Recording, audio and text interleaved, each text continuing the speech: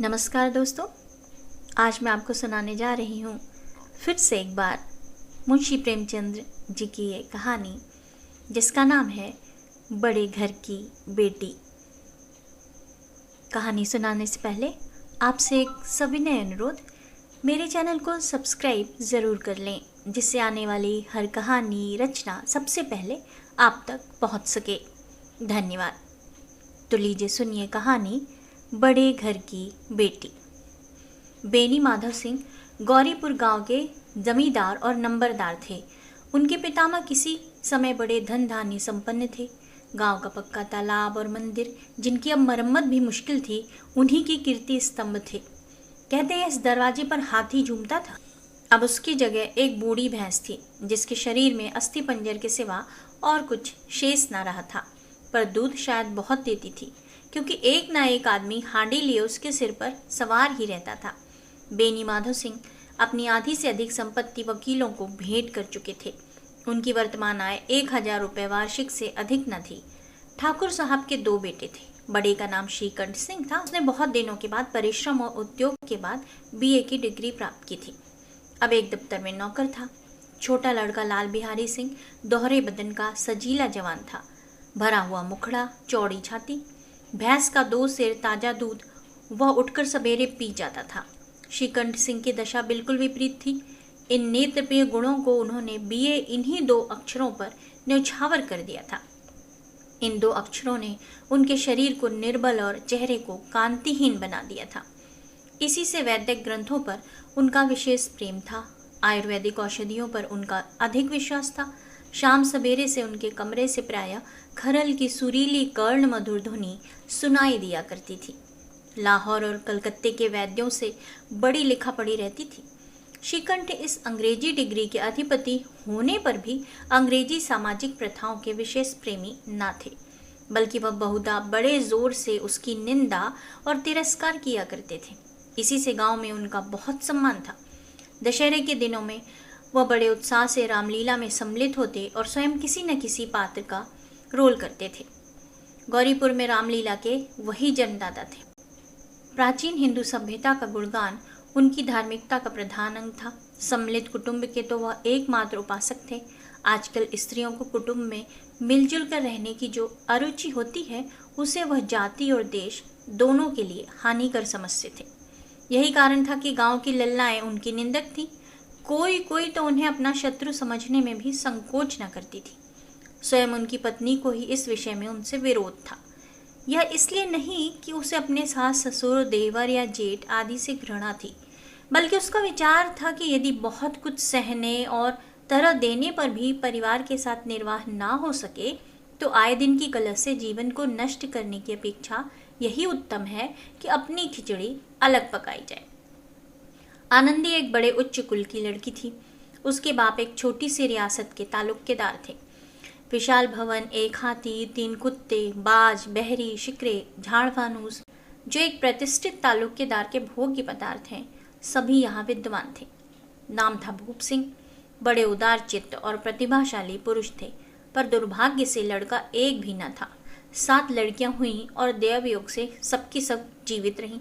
पहली उमंग में तो उन्होंने 3 ब्याह दिल खोल कर किए, पर 15-20 हजार रुपयों का कर्ज सिर पर हो गया तो आंखें खुली, हाथ समेट लिया। आनंदी चौथी लड़की थी। वह अपनी सब बहनों से अधिक रूपवती और गुणवती थी। इससे ठाकुर भूप सिंह उसे बहुत प्यार करते थे। सुंदर संतान को कदाचित उसके माता पिता भी अधिक चाहते हैं। ठाकुर साहब बड़े धर्म संकट में थे कि इसका विवाह कहाँ करें।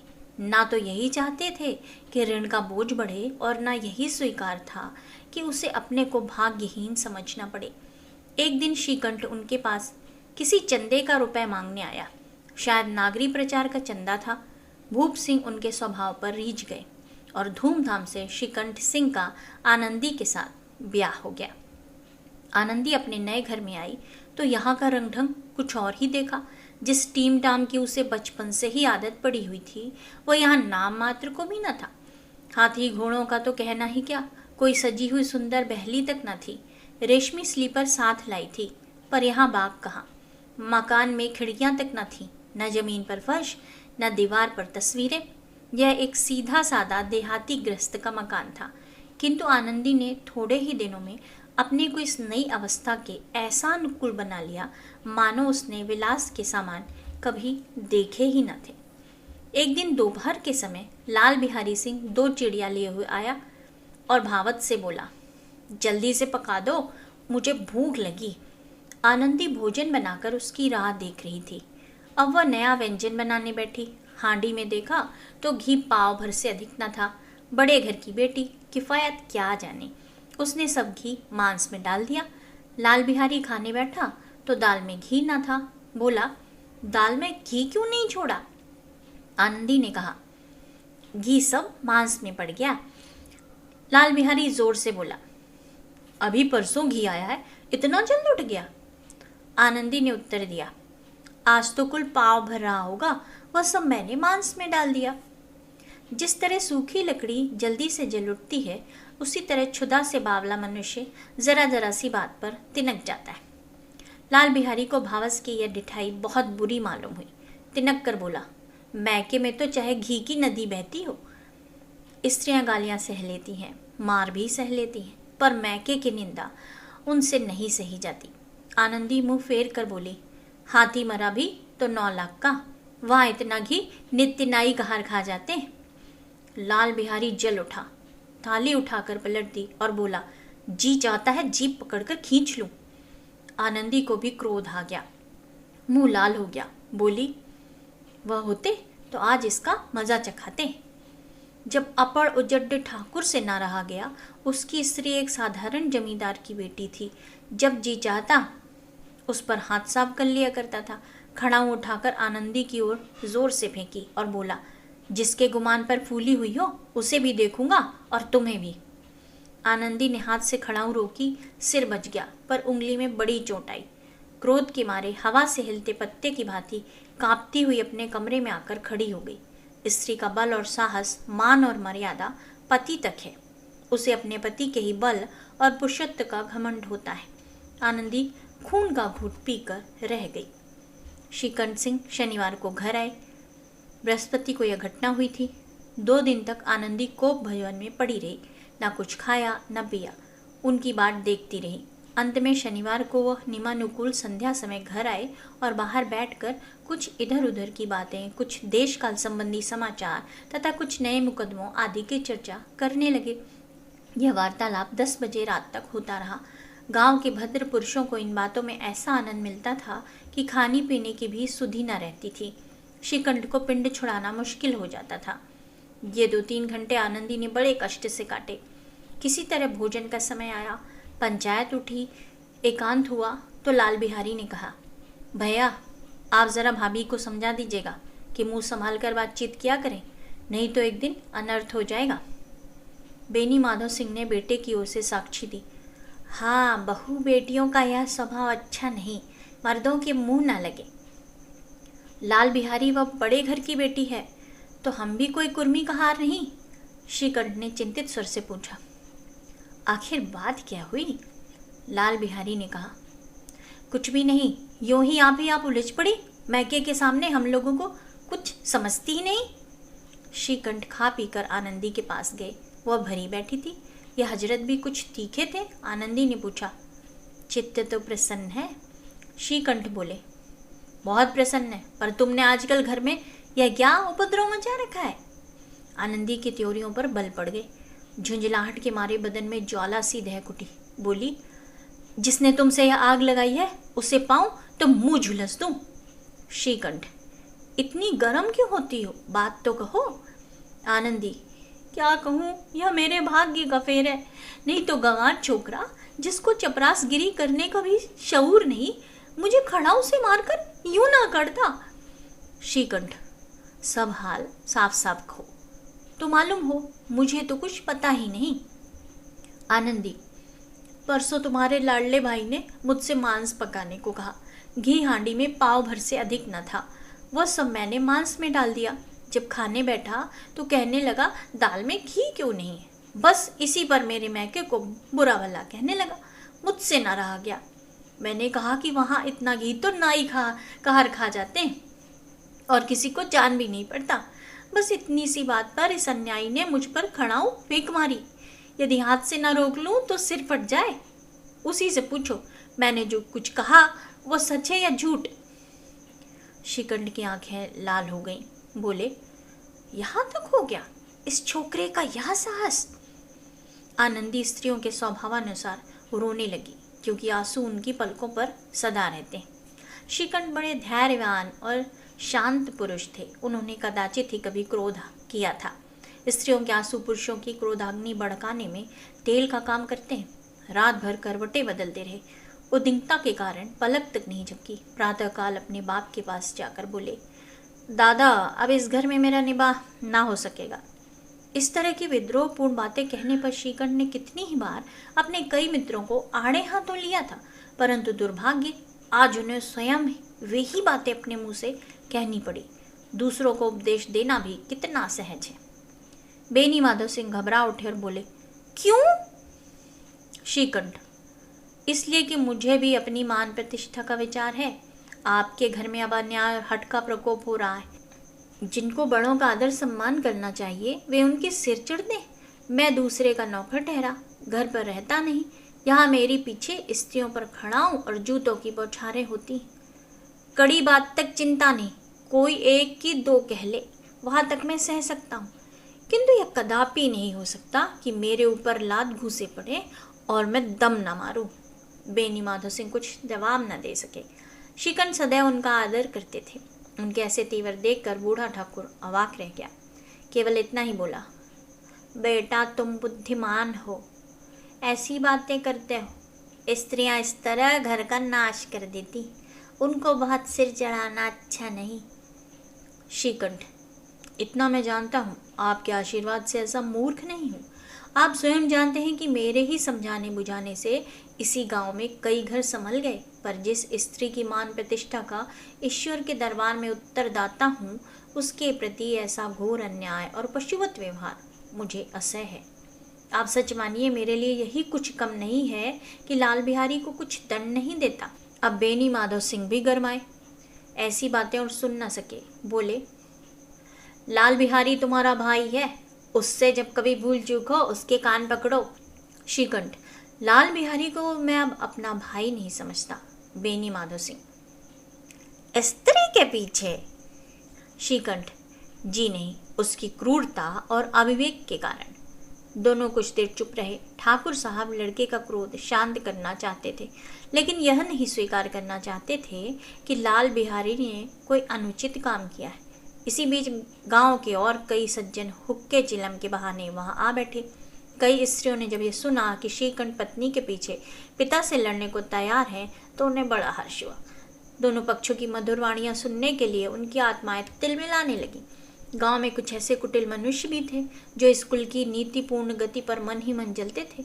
वे कहा करते थे, शिखंड अपने बाप से दबता है इसलिए वह दब्बू है, उसने विद्या पढ़ी इसलिए वह किताबों का कीड़ा है। बेनी माधव सिंह उसकी सलाह के बिना कोई काम नहीं करते, यह उनकी मूर्खता है।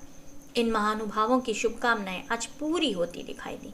कोई हुक्का पीने के बहाने और कोई लगान की रसीद दिखाने आकर बैठ गया। बेनी माधव सिंह पुराने आदमी थे, इन भावों को ताड़ गए। उन्होंने निश्चय किया कि चाहे कुछ ही क्यों ना हो, इन द्रोहियों को ताली बजाने का अवसर ना दूंगा। तुरंत कोमल शब्दों में बोले, बेटा मैं तुमसे बाहर नहीं हूँ, तुम्हारा जो जी चाहे करो, अब तो लड़के से अपराध हो गया। इलाहाबाद का अनुभव रहित झल्लाया हुआ ग्रेजुएट इस बात को न समझ सका। उसे डिबेटिंग क्लब में अपनी बात पर अड़ने की आदत थी। इन हथकंडों की उसे क्या खबर। बाप ने जिस मतलब से बात पलटी थी वह उसकी समझ में ना आई। बोला, लाल बिहारी के साथ अब इस घर में नहीं रह सकता।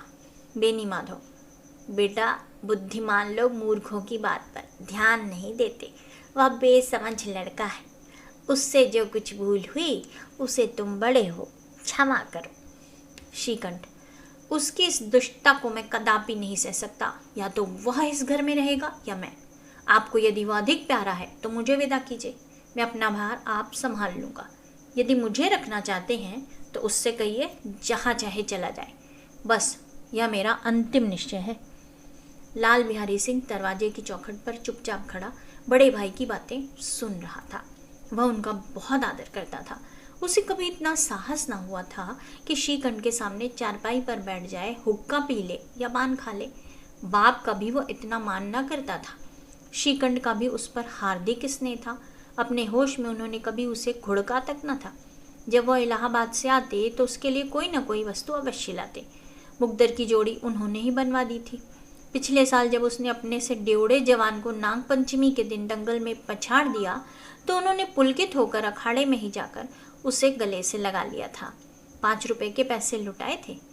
ऐसे भाई के मुंह से आज ऐसी हृदय विदारक बात सुनकर लाल बिहारी को बड़ी ग्लानि हुई। वह फूट फूट कर रोने लगा। इसमें संदेह नहीं कि अपने किए पर पछता रहा था। भाई के आने से एक दिन पहले ही उसकी छाती धड़कती थी कि देखूं भैया क्या कहते हैं, मैं उनके सम्मुख कैसे जाऊंगा, उनसे कैसे बोलूंगा, मेरी आंखें उनके सामने कैसे उठेंगी। उसने समझा था कि भैया मुझे बुलाकर समझा देंगे। इस आशा के विपरीत आज उसने उन्हें निर्दयता की मूर्ति बने हुए पाया। वह मूर्ख था, परंतु उसका मन कहता था कि भैया मेरे साथ अन्याय कर रहे हैं। यदि श्रीकंठ उसे अकेले में बुलाकर 2-4 बातें कह देते, इतना ही नहीं 2-4 तमाचे भी लगा देते, तो कदाचित उसे इतना दुख ना होता। पर भाई का यह कहना कि अब मैं इसकी सूरत नहीं देखना चाहता, लाल बिहारी से सहा न गया। वह रोता हुआ घर आया, कोठरी में जाकर कपड़े पहने, आंखें पोंछी, जिससे कोई यह न समझे कि रोता था। तब आनंदी के द्वार पर आकर बोला, भाभी, भैया ने निश्चय किया वह मेरे साथ इस घर में ना रहेंगे। अब वह मेरा मुंह नहीं देखना चाहते, इसलिए अब मैं जाता हूँ। उन्हें फिर मुंह न दिखाऊंगा। मुझसे जो कुछ अपराध हुआ उसे क्षमा करना। यह कहते कहते लाल बिहारी का गला भर आया। जिस समय लाल बिहारी सिंह सिर झुकाए आनंदी के द्वार पर खड़ा था, उसी समय श्रीकंठ सिंह भी आंखें लाल किए बाहर से आए। भाई को खड़ा देखा तो घृणा से आंखें फेर ली और कतरा कर निकल गए, मानो उसकी परछाई से दूर भागते हों। आनंदी ने लाल बिहारी की शिकायत तो की थी, लेकिन अब मन में पछता रही थी। वह स्वभाव से ही दयावती थी। उसे इसका तनिक भी ध्यान न था कि बात इतनी बढ़ जाएगी। वह मन में अपने पति पर झुंझला रही थी कि यह इतने गर्म क्यों होते। उस पर यह भय भी लगा हुआ था कि कहीं मुझसे इलाहाबाद चलने को कहें तो कैसे क्या करूंगी। इस बीच में जब उसने लाल बिहारी को दरवाजे पर खड़े यह कहते सुना कि अब मैं जाता हूँ, मुझसे जो कुछ अपराध हुआ क्षमा करना, तो उसका रहा सहा क्रोध भी पानी हो गया। वह रोने लगी। मन का मैल धोने के लिए नयन जल से उपयुक्त और कोई वस्तु नहीं है। श्रीकंठ को देखकर आनंदी ने कहा, लाला बाहर खड़े बहुत रो रहे हैं। श्रीकंठ, तो मैं क्या करूं? आनंदी, भीतर बुला लो, मेरी जीभ में आग लगे। मैंने कहाँ से यह झगड़ा उठाया। श्रीकंठ, मैं ना बुलाऊंगा। आनंदी, पछताओगे, उन्हें बहुत ग्लानि हो गई, ऐसा ना हो कहीं चल दें। श्रीकंठ ना उठे।